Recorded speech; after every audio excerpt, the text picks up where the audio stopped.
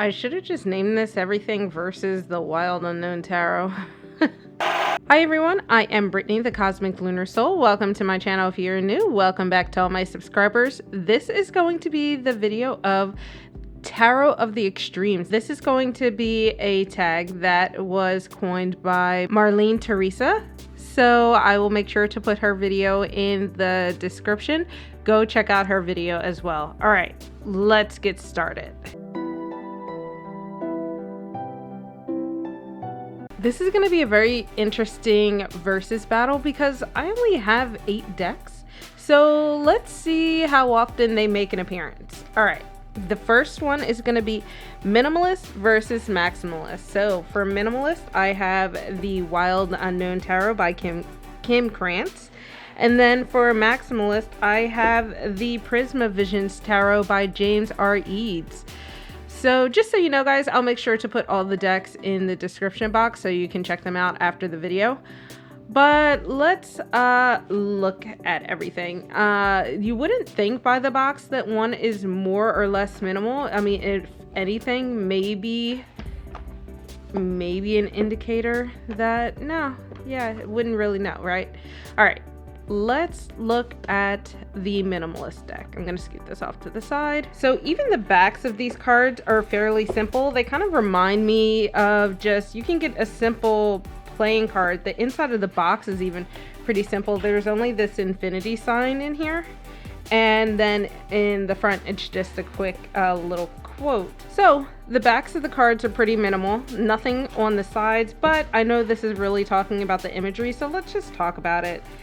So looking at these, they are very pippish, but they aren't pips. So if you watch the video, my last tarot tag video, the non-disclaimer or no disclaimers video tag, I kind of talk about this deck a little bit, how it is a pseudo Rider-Waite deck. The meanings are Rider-Waite, but the imagery is very much not so.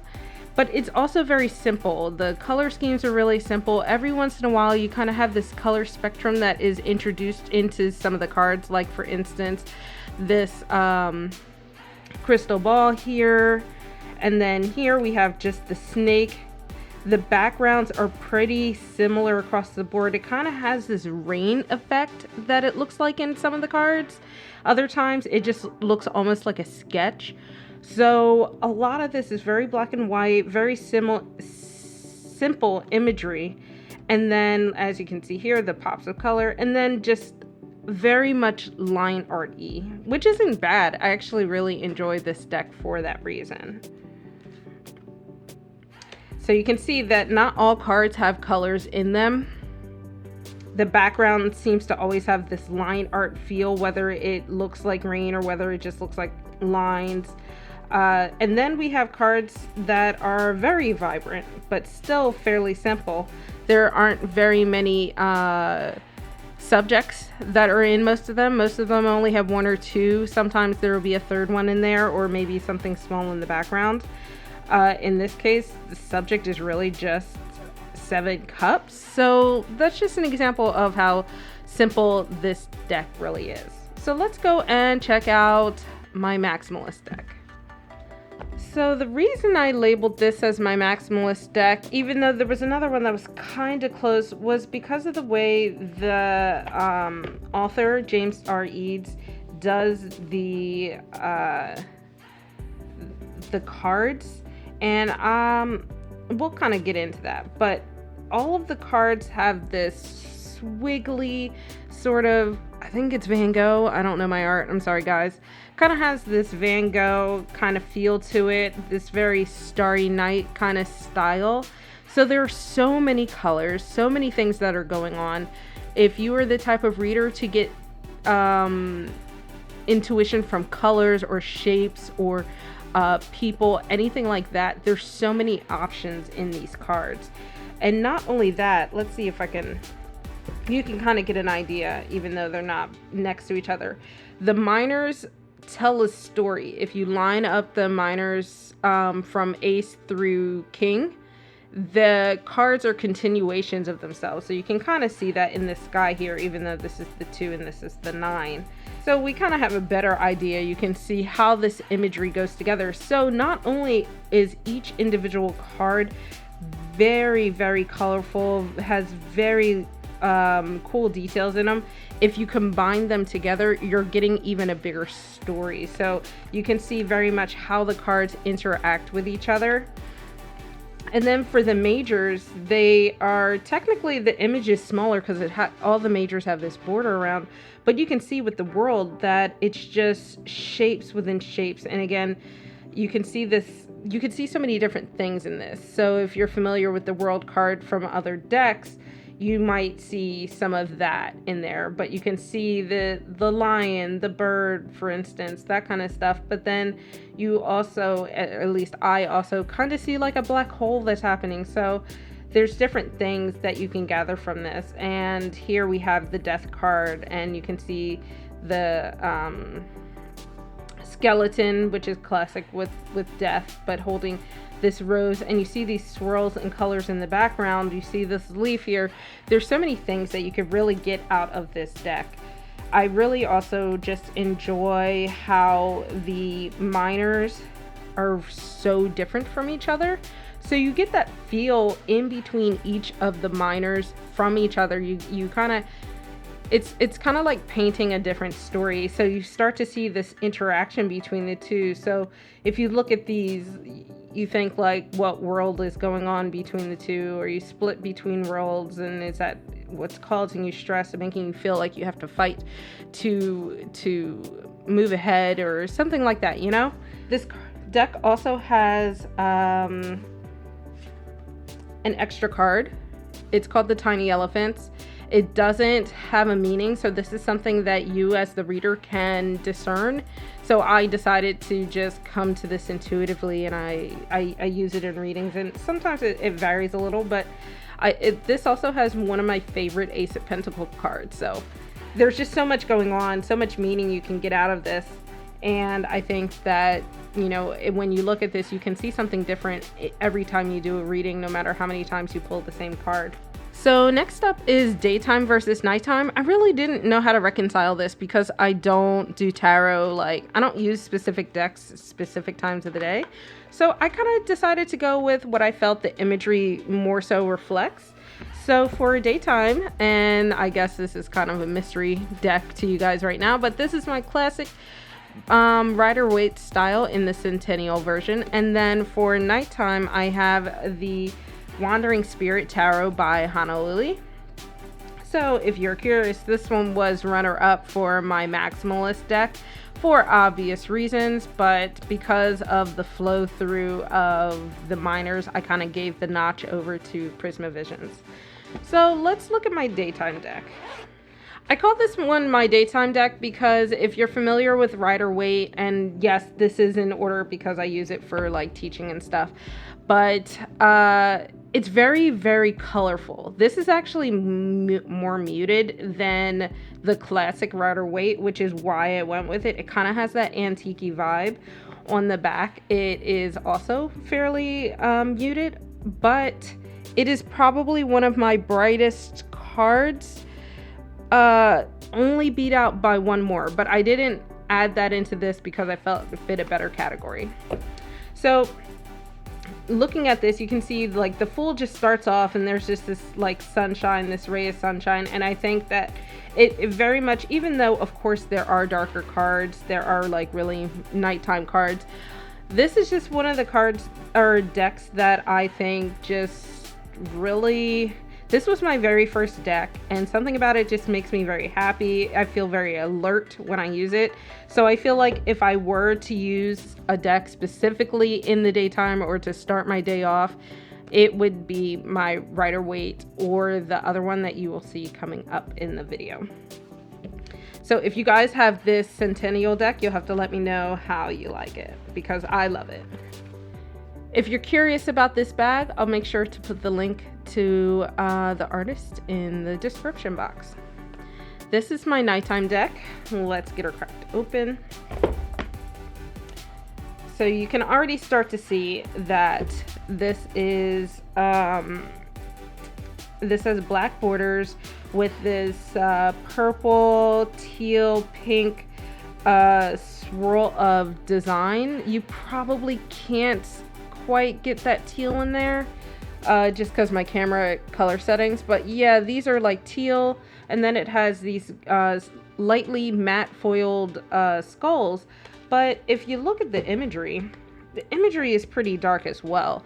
So this is something that I think would definitely resonate more so in terms of nighttime use. And it just seems like more of a better end of day deck where you can start to look at some thoughtfulness and reflections of the day behind. It is a little macabre if you are into that. If not, then this might not be the deck for you. This has a really nice rose petal finish on the cards as well, and then each card has some sort of foiling element in the design. It's usually in the moon that is in the back, which is why this also reminds me of a nighttime deck. The moon is very present in all of these cards. So you can see here's the world, here's the Six of Wands, and that moon is kind of always behind the two characters here. So I just think that this feels like a very moonish, nighttimey kind of deck. All right, up next is my best shuffler versus my worst shuffler. And if you join me on my live streams, you probably hear me complaining about this baby all the time. So we're already familiar with the Wild Unknown deck. This is, let's get that off to the side. This deck has a thinner card stock. Some people don't like that, but it's perfectly slick. It fans out really well. So if you're the kind of person, that was a bad example. Let me get some more space here. So if you're the type of person who wants to fan out their deck, it fans really well without it sliding everywhere. And then if you're like me and you like to rifle shuffle, then these are the perfect bend. And if you bridge, it gives the perfect bridge. They also are much more resilient. Being thinner cards, you would think that they would give into the bridge or the rifle a little more, but it actually bounces back much better, which is kind of counterintuitive. But it also overhand shuffles really well, beautifully. In fact, it's probably my best overhand shuffling decks that I have. Sorry, it's just I'm better fingers because of the way my camera's set up. So I really just enjoy this. It just gives me the shuffle butterflies. Now this, on the other hand, is probably my worst shuffler all around. Like I said, I am a bridge shuffler. I like to rifle and bridge.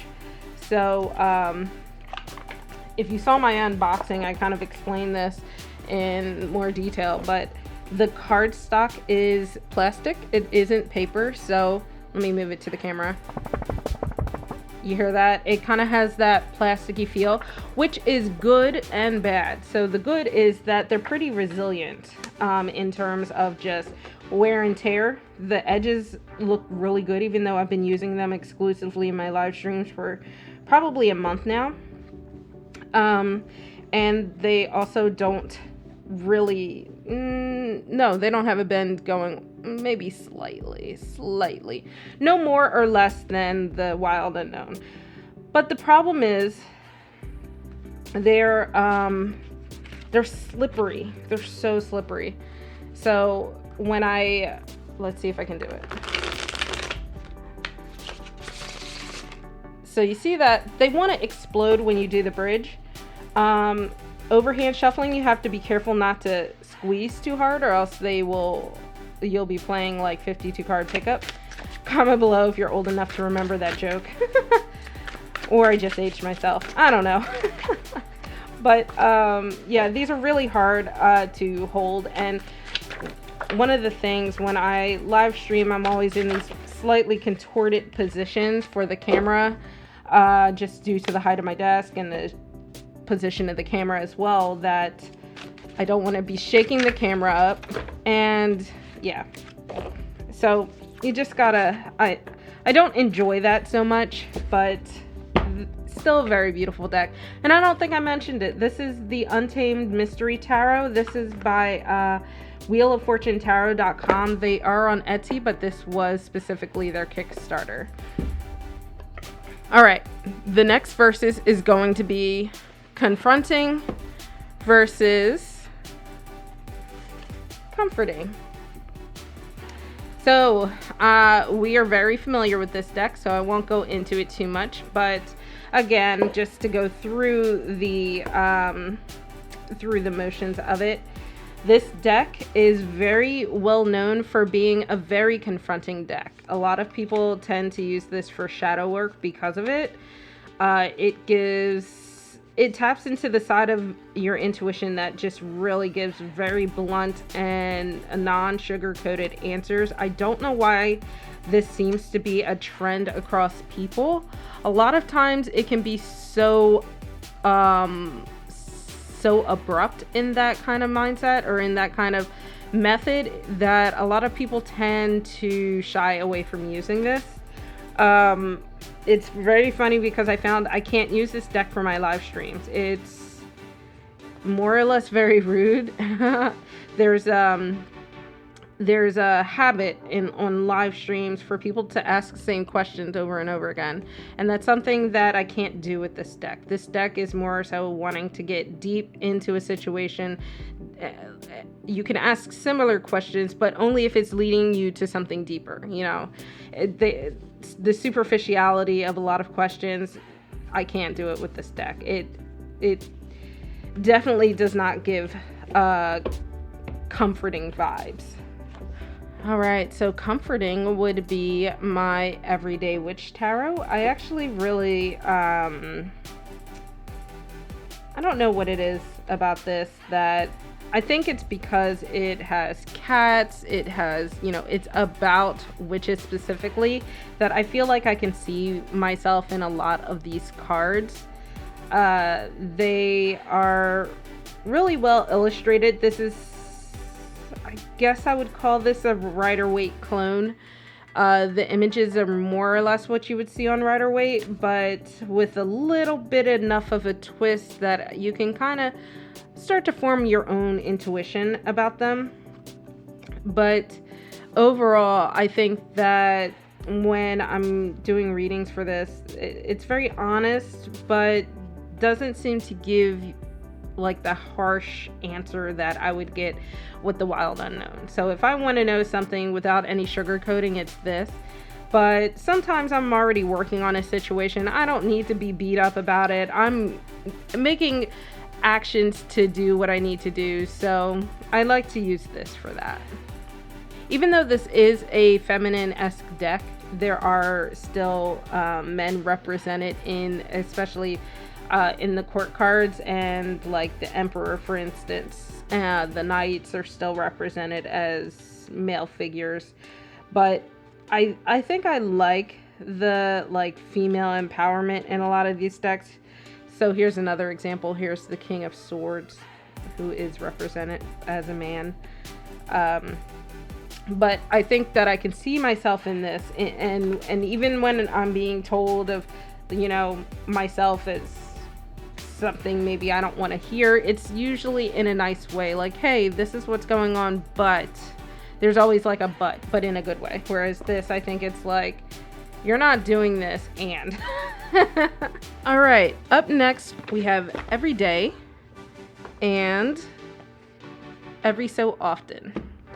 So you guys should keep tally how many times this baby comes up, because I told you I only have 8 decks to rotate between. So this here is the Philly Tarot. This is by James Boyle, and the guidebook was by Gina Tomaine.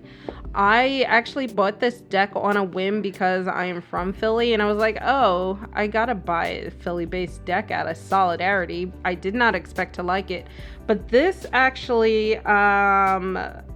is in my top 2. There's one other deck that I couldn't decide between, but because I had already shown it, I decided to go with this one.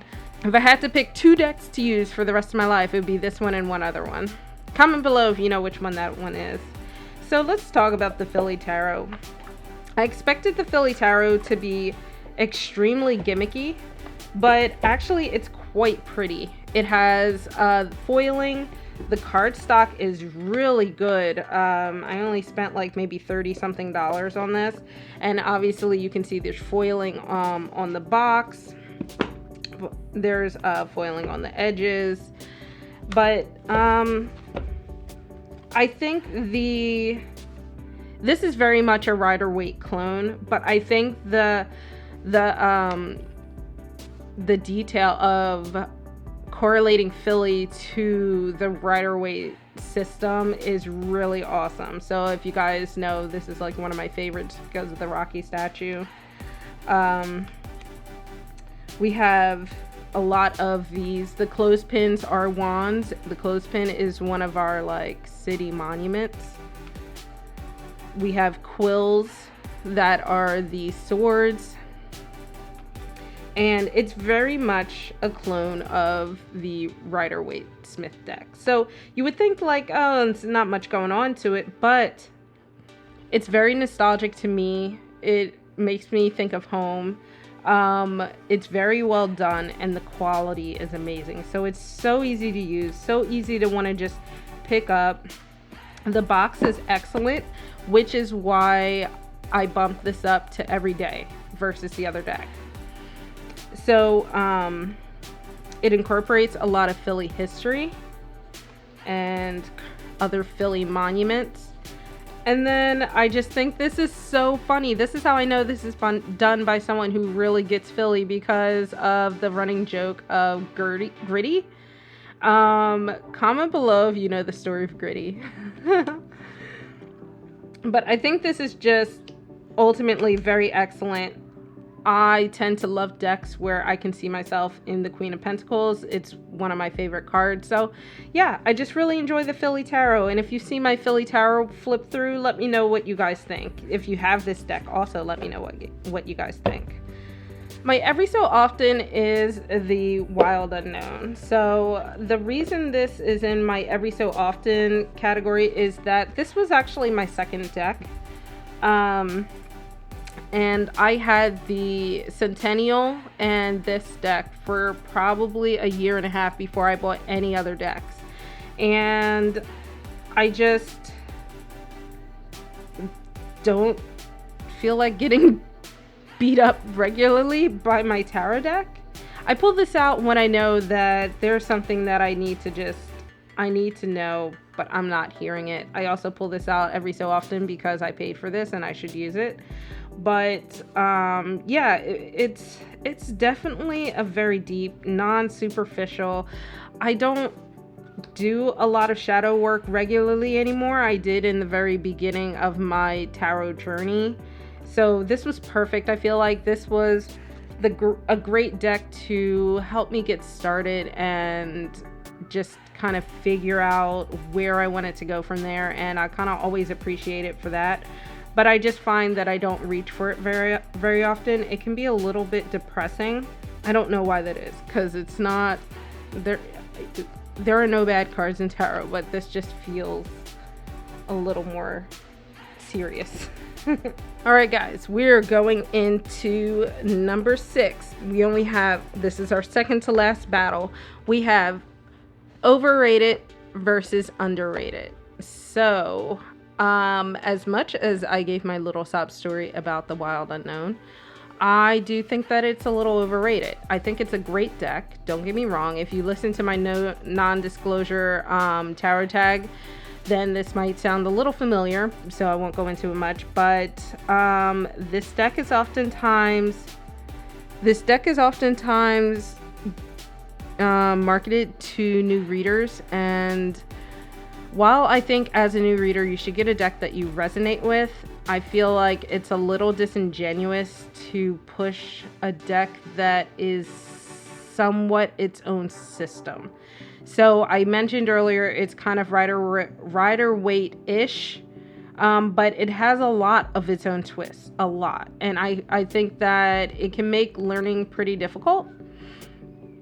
I won't pull this out again because I feel like I pulled this out enough, but I wanted to pair this with this counterpart, because this is kind of the battle of the previously indie then gone mass market decks.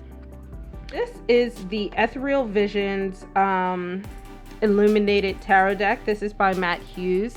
He actually started this on Kickstarter, went indie, got picked up by US Games, I believe. Yes, this got picked up by US Games. There is an accompanying Oracle deck, and then more recently he released another Tarot and Oracle. I'm not quite sure on that one, but I really like this deck. This one was probably my favorite for a long time. This was the only deck that was only tarot deck that was gifted to me, and I just love the foiling, this pseudo Art Nouveau style, but it's not as intricate as the actual Art Nouveau deck. And I like how the borders on this are sometimes like, let me see if I can find a card. The borders aren't always hard borders, but they always have this foiled border. The pictures are quite lovely. This version, the Ethereal Visions, is not quite as diverse as some of the newer ones, so there is that like downside. But I think that because as the artist kind of keeps up with the times and releases new things, they are taking note of people wanting that. It still makes me feel like, okay, I can still appreciate the older stuff. I can appreciate the fact that, you know, they're still trying to keep up with the times. The images are a little, this definitely is not a clone. It's not a Rider-Waite clone. But it does have obviously a lot of familiarity, especially when we're looking at the majors. So this is the Hermit. We see a lot of familiar imagery in that. Here we have the Hierophant, slightly different, but I feel like glancing at it, you could tell it's the Hierophant. And then we have here the Emperor. So I think that one of the things that I really like about this is I debated on making this my minimalist deck because the images are quite simple, especially when we get into the minors. So the colors are very muted. You get a lot of the same color schemes throughout. Even for the majors, they're very muted cards. If you look here, here's the 10 of Pentacles. You can see the pentacles across the top, but the pentacles aren't even really included in there. So this is kind of why I was debating on making this my minimalist deck. But then there are cards like this that have a lot going on. The foiling is even part of the imagery, in my opinion. So there's it kind of flip-flops back and forth, but I think that's what makes this deck really cool, because your mind gets to bounce back and forth between the images, and there's so much variety between how things interact with each other or don't. It has unique takes on some of the cards, like this 5 of Cups. I like that this person isn't standing. But then we have a very classic 9 of Wands. So I just like the change in that. And then also this is another underrated deck because the quality is really good. Here are the backs of the cards. Pretty much reversible, so if you use reversals in your deck and say you like to fan the deck out, you wouldn't be able to tell. And I think that's important sometimes when we are working with tarot. One thing I will say about this deck versus this deck is the guidebook is amazing. It's actually an actual book. That's why you don't see it in the deck. And then this one is just like a pamphlet, a stapled pamphlet. It's very simple. It's laid out in the way that I prefer guidebooks to be laid out, but the quality is just laughable. I don't know if it's gotten better over the years or what, but just to let you guys know, full transparency. I'm going to do one honorable mention, and that is going to be for my everyday, just in case you commented below. This is the deck that I would also use for everyday. This is my Everyday Witch Tarot. It even has it in the title. So the reason I really like this for everyday use, maybe a tad, sometimes depends on my mood, a little over my Philly Tarot, is that it has an accompanying oracle deck, so I can mix and match to my heart's content when I'm doing spreads. And sometimes I feel like I need more of an overall theme. I don't really want specifics, so I can just pull one of these and one oracle card and kind of get an idea of what I need to hear for the week behind, the day behind, whatever, like that. And one of the reasons this was edged out by the Philly Tarot is that the box is so big, and the guidebook is a actual book, so it's not travel friendly. It's not even move around my house friendly, because I keep it in a tarot bag, which will keep it safe, but it doesn't keep it from bumps and bruises, which I kind of like the box for.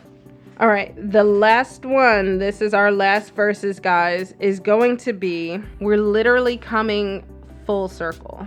Lightwork versus shadow work. So I don't really have anything that is considered light work. I consider this more like non-shadow work is really how I'm counting this category, just to be clear. So this is, again, my Prisma Visions, and this is the Wild Unknown. The Prisma Visions I count as my light work because this deck really makes me think more about the interactions between things. This is, like I said, the only deck that shows the interactions between the actual cards. Like, that was part of the art process. So let me see if I can pull some cards out so I can show you. So here is the court cards of the wands, the page through the king, and then we have the first 4 cards of the swords, ace through 4, and you can see how there is a story being painted throughout them. So this is kind of why I really enjoy this. And I also mentioned earlier, there's so much imagery, so this is something that you can dive in. I really enjoy using this to work on my intuition. Every once in a while I kind of pull this out because this is the most, I would say, probably one of my most challenging decks to actually use because there's so much going on.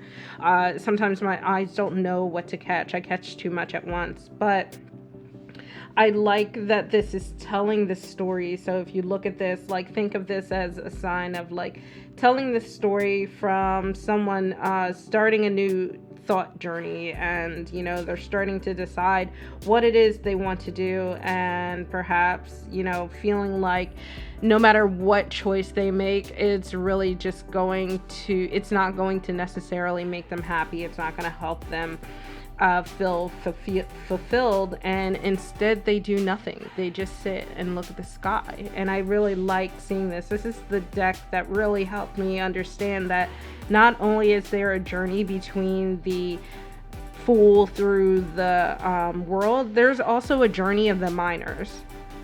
So it also, I think, would help show a correlation between the courts, which is I find that people have a lot of difficulty in understanding the court cards.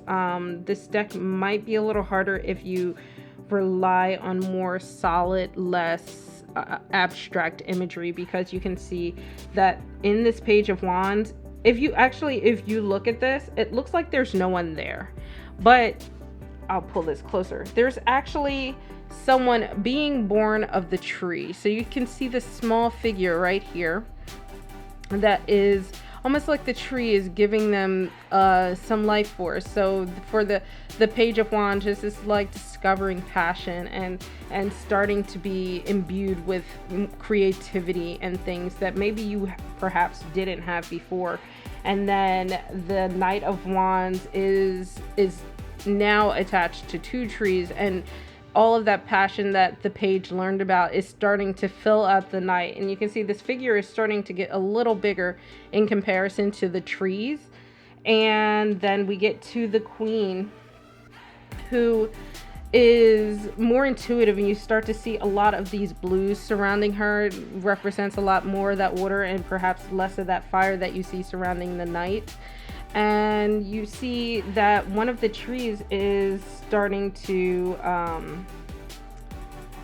not starting to fall apart, that's wrong, but you see also this tree is now like a stump, so it's not like she has engulfed that passion from those trees, that energy, that creativity, all of the things the queen wants, but there's this serenity around her because queens are intuitive and tend to be nurturing and healing. And then we get to the king, which you start to see flowers in the field, and it's like the king is in control of the field around him, so his kingdom. You see that there is this red, which mimics that fire that Wands has, but then there's also a lot of this bluish space like the queen had. So I really think it's cool how James R. Eads set this up. Meanwhile, we have the deck by Kim Krantz, The Wild Unknown. I mentioned earlier in this video how there's like this line work that happens behind a lot of cards, and like you can see that kind of in the star, where in another image, it would look like it's raining, but because it's a star, it almost looks like it's just traveling very quickly through space or something like that. And then here we have the, wrong way.